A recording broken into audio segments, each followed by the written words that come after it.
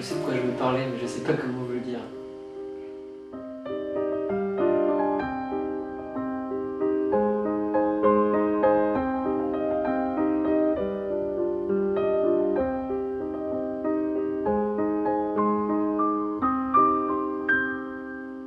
On se pose beaucoup de questions sur nous-mêmes. On va faire des analyses, on va se regarder. Vous trouvez notre société nombriliste? Ouais. Est-ce que vous trouvez que l'analyse est une démarche nombriliste? Je suis désolée, hein. J'ai peur du conflit, j'ai peur des... J'ai vraiment peur de la relation, quoi. Donc, comme je fais un métier de relation, il y a un vrai problème.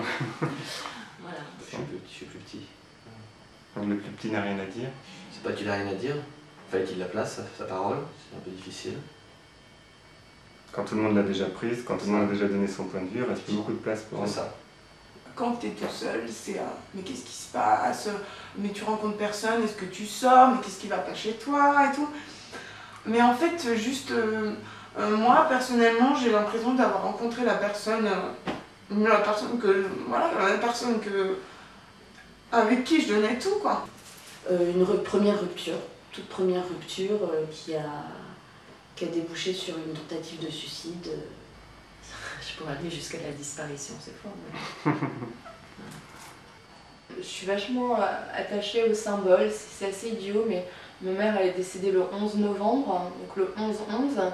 Et très souvent, à 11h11, je suis devant mon ordi et c'est toujours à ce moment que je regarde l'heure et paf, c'est 11h11. Est-ce que vous n'êtes pas le petit garçon à l'ombre du père encore aujourd'hui? C'est plus compliqué que ça.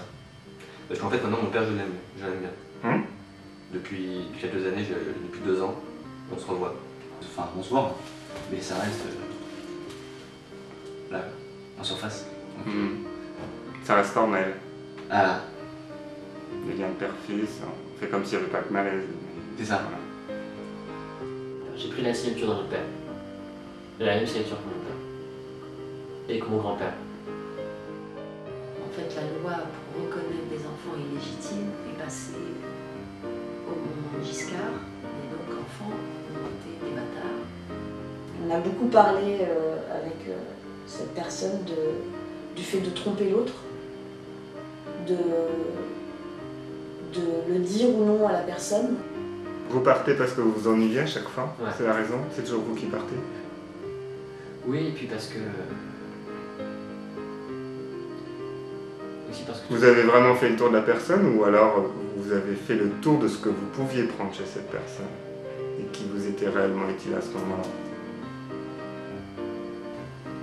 Oui, mais moi je suis quelqu'un d'exceptionnel, ça se passera bien avec tout le monde. Et en fait, on se rend compte que, comme lui, il me l'avait dit de toute façon, moi, il me dit, mais c'est pas toi qui est exceptionnel, c'est nous deux, quoi. Le risque, le maximum que j'ai pris, c'est de demander à mon père cette reconnaissance sur le tard. Je compense la non-communication avec lui par tout ce que je fais à côté, quoi. C'est une simple compensation ou une vocation?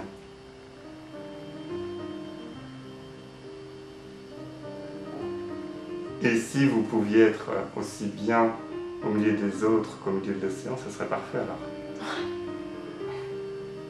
Il y a une dernière chose que je trouve quand même violente dans le fait de ne plus avoir sa maman, c'est que on a vraiment l'impression de perdre la seule personne sur Terre qui vous aime sans condition, quoi.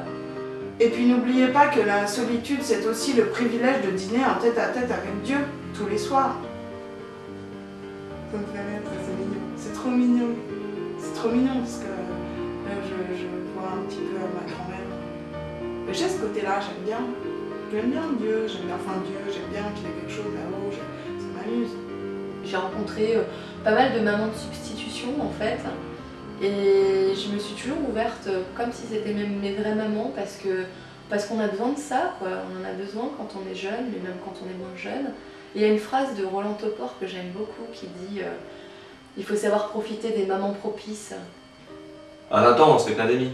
Oui. À 36 ans, si on se dit que demain encore on va découvrir quelqu'un que tu as envie de revoir par hasard et qu'on a vu pour la première fois, Oh non, c'est des amis à tout âge, même ceux qui... Bah ouais. Voilà. Mais non, mais je trouve ça chouette. Je n'étais pas sûr. Bien sûr. En fait, oui. Mais je sens ce besoin de passer par des moments par des loopings, enfin... Une fois qu'on est amoureux, bah voilà, on est plus centré, on est moins pollué. On est beaucoup moins pollué. En fait, les plus grands écologistes sont les plus grands amoureux, je pense.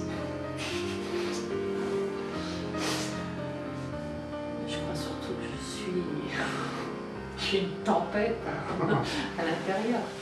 Je suis pas du tout au calme. Il y a des jours, pas aujourd'hui parce que je suis pas trop en forme, mais il y a des jours j'ai l'impression que je peux déplacer un camion avec mon index, enfin, j'ai l'impression qu'il n'y a rien qui est impossible. Non, j'ai des trucs à dire là. J'ai des trucs à faire dans cette vie, dans ce monde. Je crois un peu aux anges gardiens. Ma mère, le plus beau cadeau qu'elle m'a fait, c'est de me détacher, de me libérer de cette angoisse de la mort qu'on a tous.